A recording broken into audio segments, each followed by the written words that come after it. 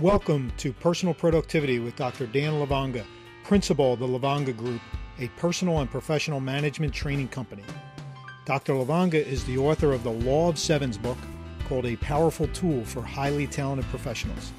He is a speaker and coach with over 20 years' experience assisting individuals and organizations in aligning their mission and reaching their maximum potential. Let's join Dr. Lavanga live.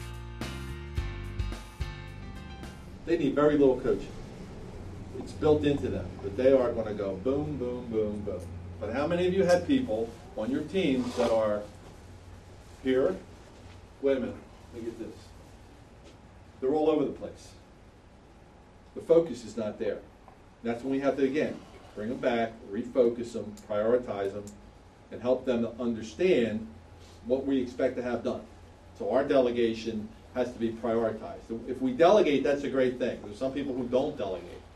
And there's some people in this room, I won't look at them now, that don't like to delegate and are control freaks.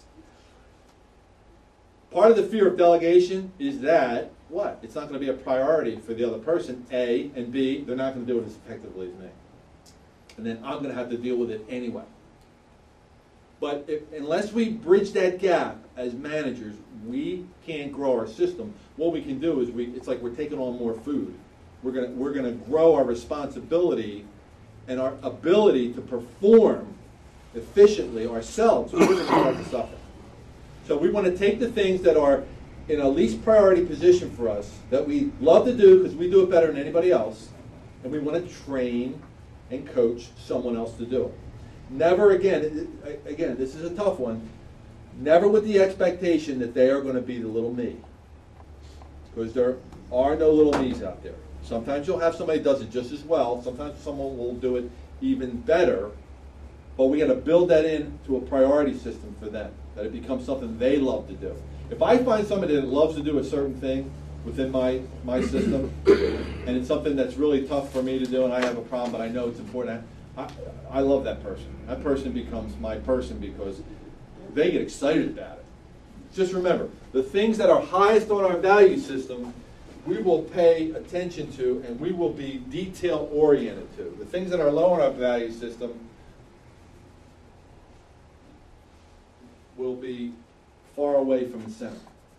So if we find somebody with a high value system on, let's say they're very detail-oriented, then that's the person, if certain things you don't like the details, that's the person that gets delegated, that gets delegated to.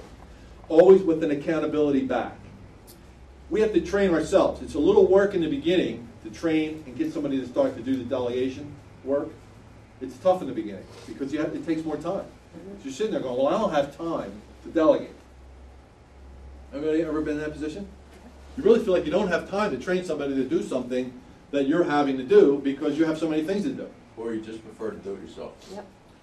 So you know what goes Right. on.